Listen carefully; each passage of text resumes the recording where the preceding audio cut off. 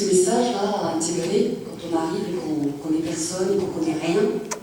Ce matin, ça a été tellement riche. Je vous remercie, là, Laurent, et tous ceux qui sont intervenus pour ces beaux messages que vous nous avez proclamés. Alors, effectivement, moi je suis arrivée il y a 13 ans.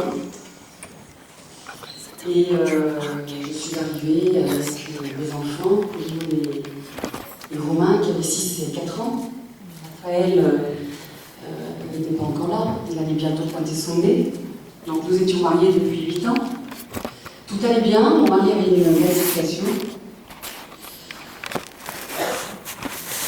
Mais c'est vrai que ma vie prenait une direction qui n'était pas forcément celle que j'avais envie de prendre, tant pour ma famille que pour mon couple, que pour moi-même. Et c'est vrai que depuis que je suis petite, je me suis toujours posé beaucoup de questions existentielles, toujours. Et notamment deux qui revenaient, qui étaient de façon récurrente. Qu'est-ce que l'amour? Sacrée question. Et puis, j'ai toujours regardé les gens vivre, les adultes vivre, pour savoir quel était leur moteur de vie. Et bon, donc 33 ans, quand je suis arrivée, avant d'arriver à l'église, étant donné que je n'avais pas répondu à cette question, j'ai cherché. Et j'ai cherché donc dans le bouddhisme, je fais un peu des choses comme ça, des choses que je trouvais à droite à gauche. La PNL, le développement personnel, puisque c'était l'époque du développement personnel. Alors c'est vrai que ça m'a apporté beaucoup de choses, mais c'était toujours des choses qui étaient recentrées sur moi, et j'avais pas forcément envie de chercher ça. Bon, puis le temps passait, et j'ai eu l'occasion de retrouver une amie avec qui j'ai fait mes études, et on s'était pas séparés, mais en tout cas on s'était plus vus, parce que nos stages, notre travail, on était dans des régions différentes, et nous avons eu notre aîné en même temps. Bon, alors on s'est retrouvés en fait autour de nos enfants. Donc je ne l'avais pas vu pendant plusieurs années, et là j'ai rencontré quelqu'un qui était totalement différent. Une femme qui avait vraiment changé. Et elle m'a donné envie, elle avait un plus en fait. Elle avait un plus dans sa vie, dans sa façon d'exprimer sa vie, dans ses relations, dans l'organisation de ses journées, dans son quotidien, dans tout, dans sa façon de gérer ses relations. Et je me suis dit, c'est ça que je veux vivre moi aussi.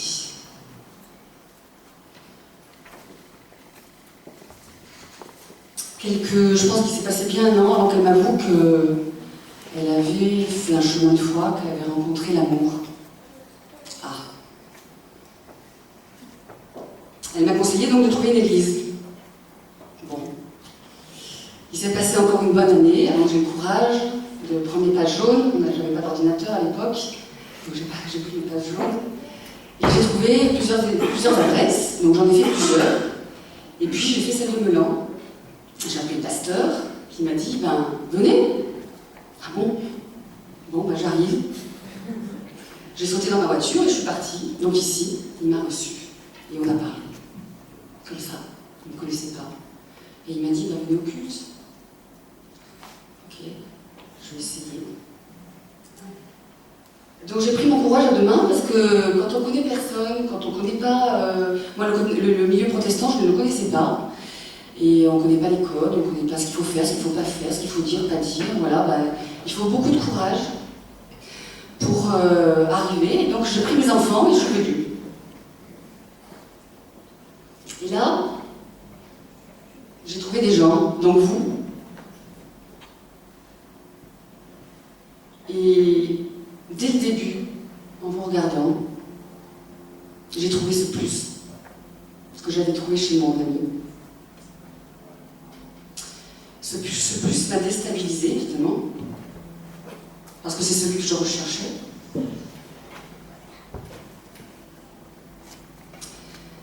J'ai été accueillie pleinement, simplement, mais vraiment pleinement.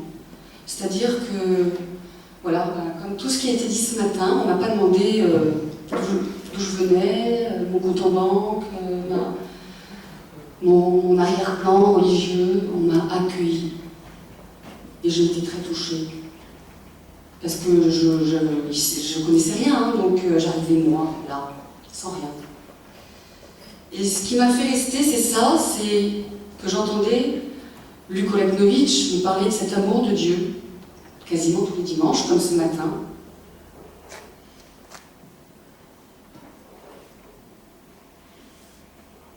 Et cet amour, je le voyais en vous, je le voyais vivre dans vos yeux, dans vos relations, dans vos échanges, sans que je demande rien, en fait, il se vivait là. C'est ce qui m'a permis de rester. C'est ce qui m'a permis de rester parce que j'avais pas de foi personnelle.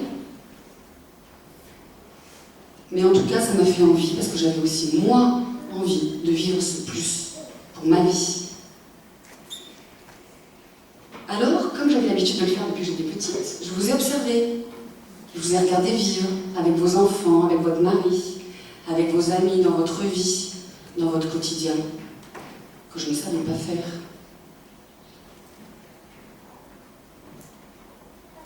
Bon, vous n'aviez pas l'air illuminé, hein. Parce que vous savez, c'est vrai que quand on ne connaît pas, j'avais aussi peur d'être dans une secte, ou... bon, je me souviens qu'il y en a certains qui prenaient mes enfants. Je me suis dit, mais qu'est-ce qu'ils vont leur dire? Je ne veux pas qu'ils les manipulent, j'étais inquiète. Mais moi, j'avais besoin de ce plus, donc je suis restée pour comprendre. Oui, je me suis vraiment sentie soutenue, accompagnée.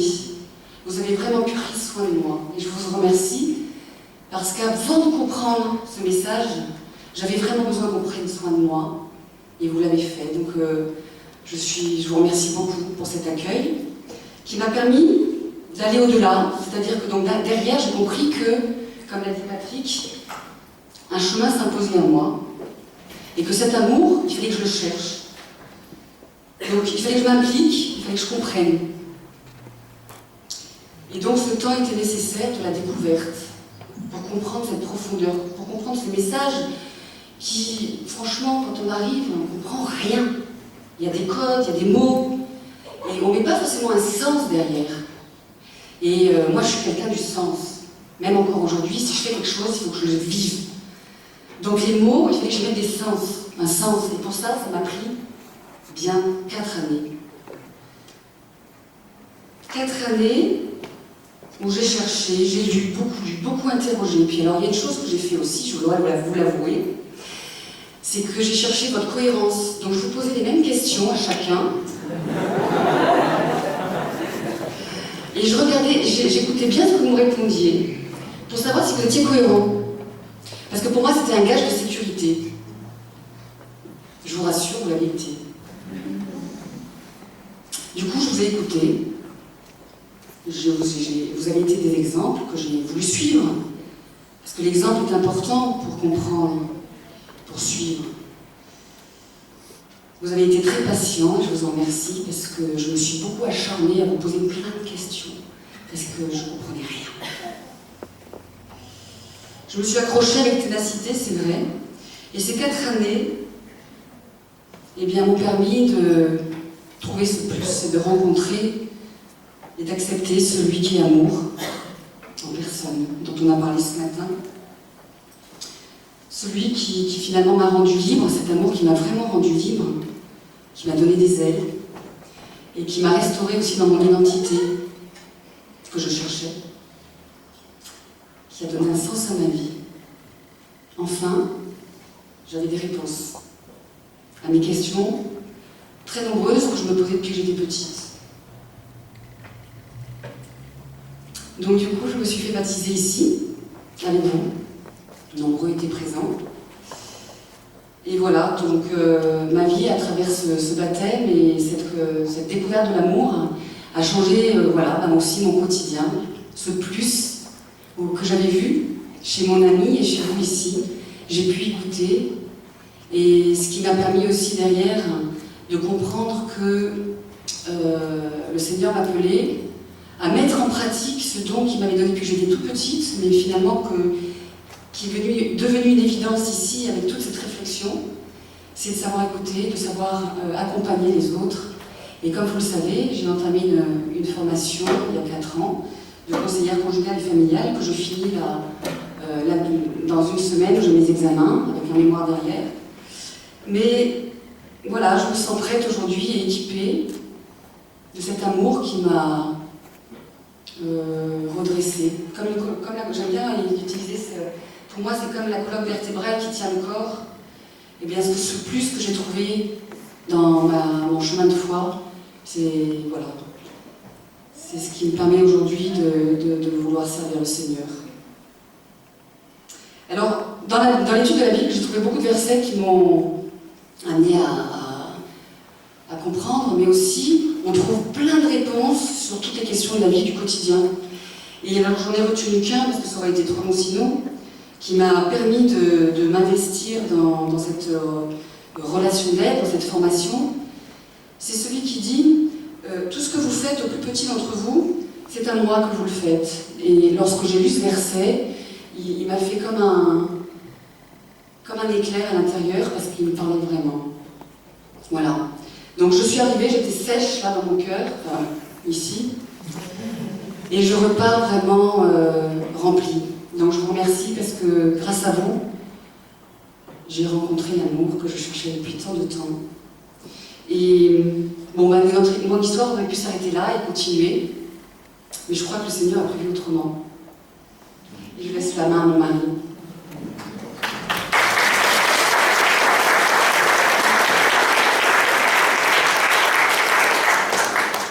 Avec ma femme, elle ministère de la parole. Je vais essayer d'être plus concis et vrai, parce que sinon on va pas manger avant 13h. Histoire que les t-shirts ne monopolisent pas la parole. Avec ma femme, on est plutôt dans la continuité. Moi, je suis plutôt dans le changement radical. Je dois vous avouer que je n'ai pas toujours été comme je suis aujourd'hui. Avant mes 40 ans, pour ceux que vous connaissez, j'étais, je fais la liste, rationnel, orgueilleux, sûr de moi, confiant dans mes capacités, un peu misogyne, aimant bien plaisanter, bref, un homme.